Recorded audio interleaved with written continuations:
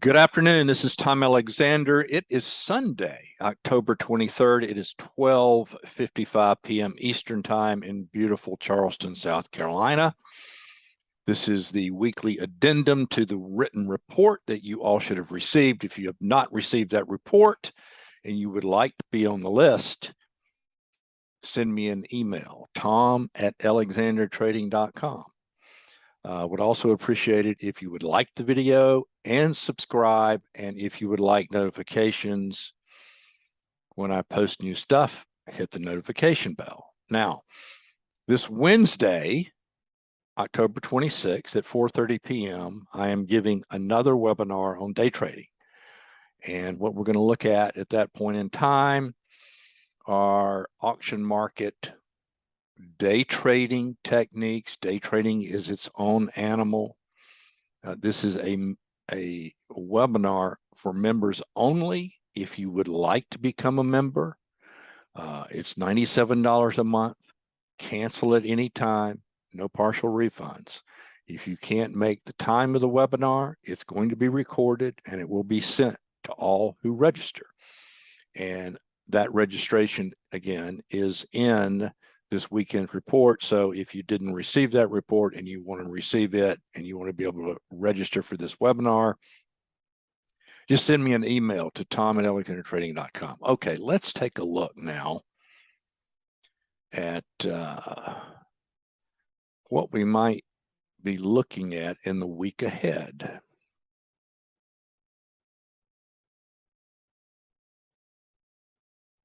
So what we have on my screen are the four primary U.S. daily trading indices. So you have the S&P, the SPX, the NDX, the Russell 2000, and the Dow. We had extremely wide range days on Friday, historically wide range. And here's the bottom line. I expect the market to go higher almost immediately next week. I am wrong, or that opinion will be brought into question if the S&P and the other indices retrace as far as 50% back into Friday's range. This is a guideline. This is an observation that I have made, 38 years of trading. And an auction market concept is conviction. Friday saw an extraordinary amount of conviction, a lot of upside momentum. So under a bullish assumption, you would expect that to continue immediately. What we should not see, again, is a retracement to or through the 50% retracement level of Friday's range by all of the indices. As an example, a very recent example of that, we had this epic reversal day back on October 13th. And at that point in time, I said for the live trade room members, because I do a review like this every single day for members, I said, okay, excuse me.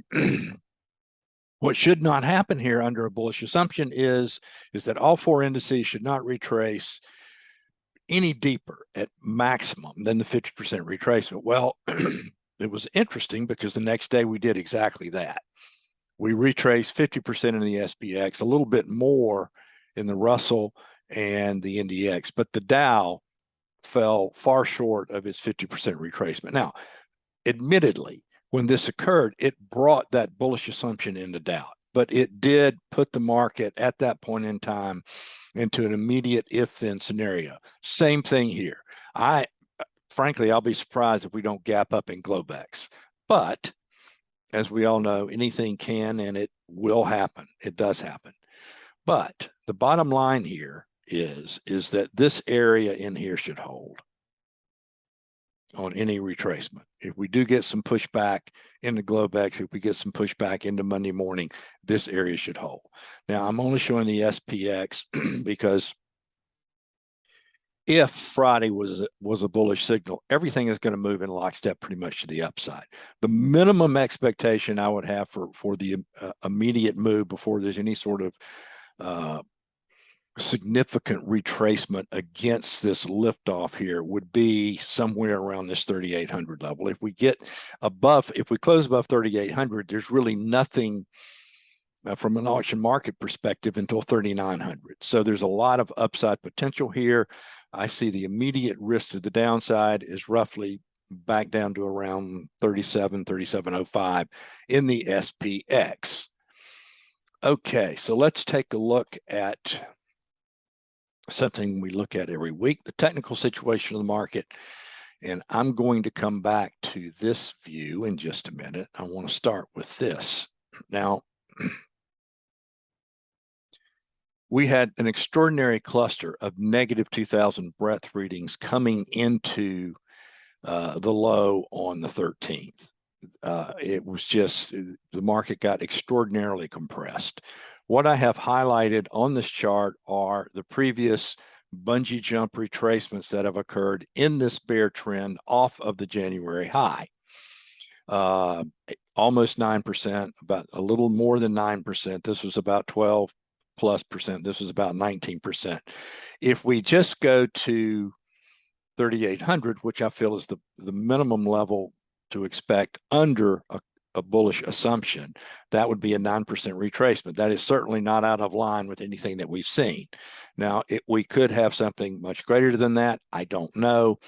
I'll also point out at this low, you had, and I mentioned this in the reports over the past week or so, you had this extraordinary divergence, especially in the 10-day moving average of NYSE advancing issues. You had a divergence in 5, and then breadth was sort of doing its thing. Now, I'll also point out that breadth, if we are in now a significant rally phase, what we should probably look for going forward, let me do this.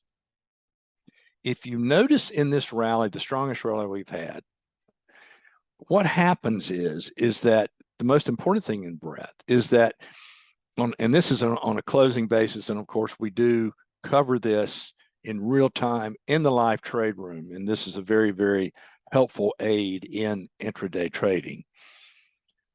You can see breadth never really got extreme to the downside until the move was over.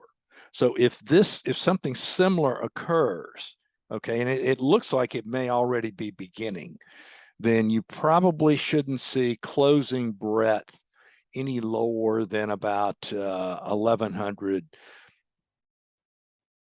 or so. And you really shouldn't see breadth much below 1,100 intraday.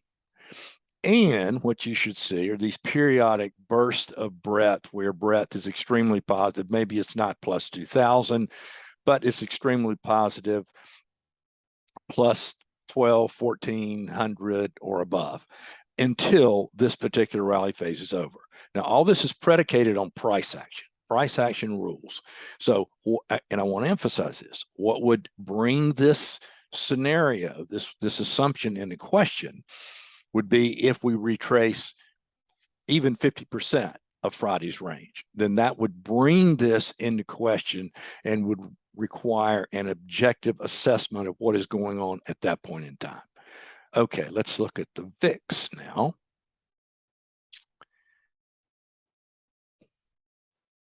And you can see, go to here. In each of these rally phases off of this low, you've had a VIX that has declined as the market has rallied. Then you have another decline, or you have another decline, VIX rallies, and then VIX declines as the market rallies. Okay. You had an increase here, and then you had a decline, then you had a rally. Then during this rally, the strongest rally, you had a very persistent decline in VIX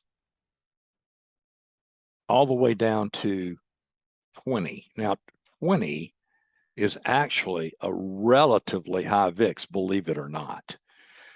We have been unable to generate really very few readings below 30, gosh, now for over a month. So if VIX drops as it has, and even if it doesn't get to 20, but if it gets to 20, then we could see something in magnitude of the rally that we saw from June into this August high, which would put us, somewhere up in here. I'm not suggesting, that's not a prediction, it's an observation. And the point of this is that a falling VIX is very, very likely to be accompanied by rising prices. And the more rapid VIX falls, the more rapid will be the rise because of option dealer hedging dynamics. I'll just leave it there. Okay, let's look at some other stuff because other stuff matters.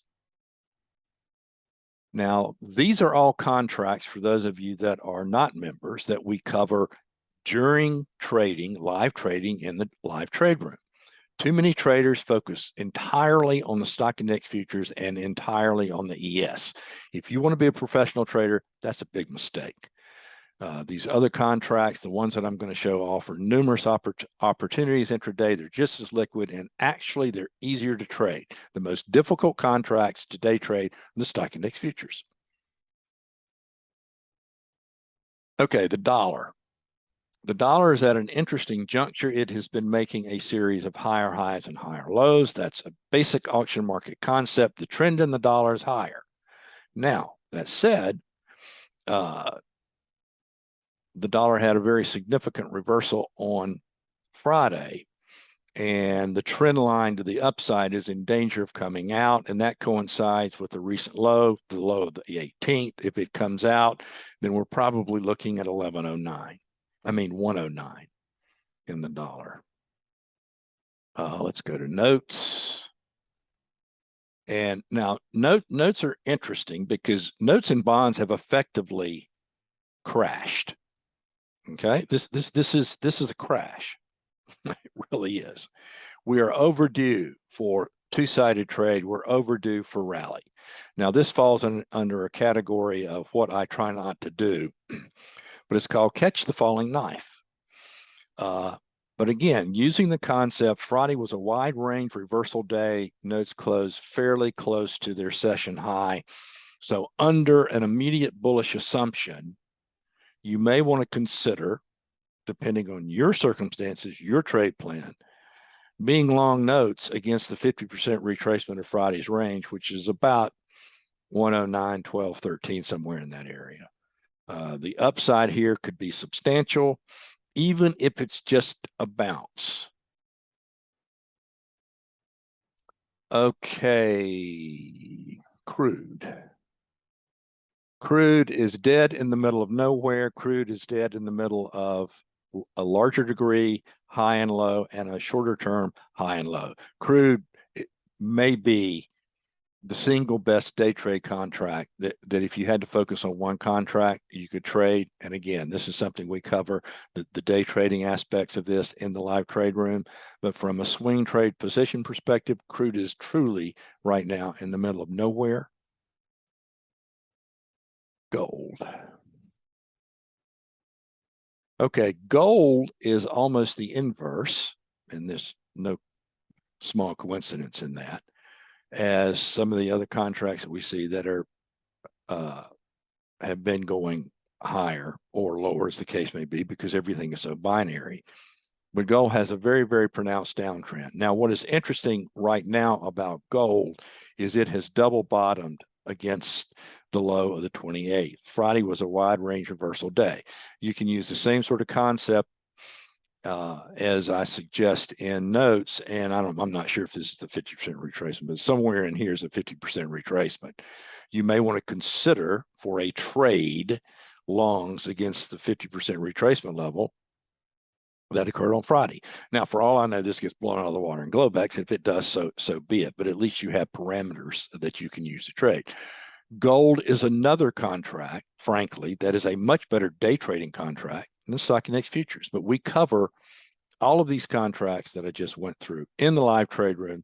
That is included in a 1-month membership. If you're interested in the webinar, you would have 30 days of the live trade room.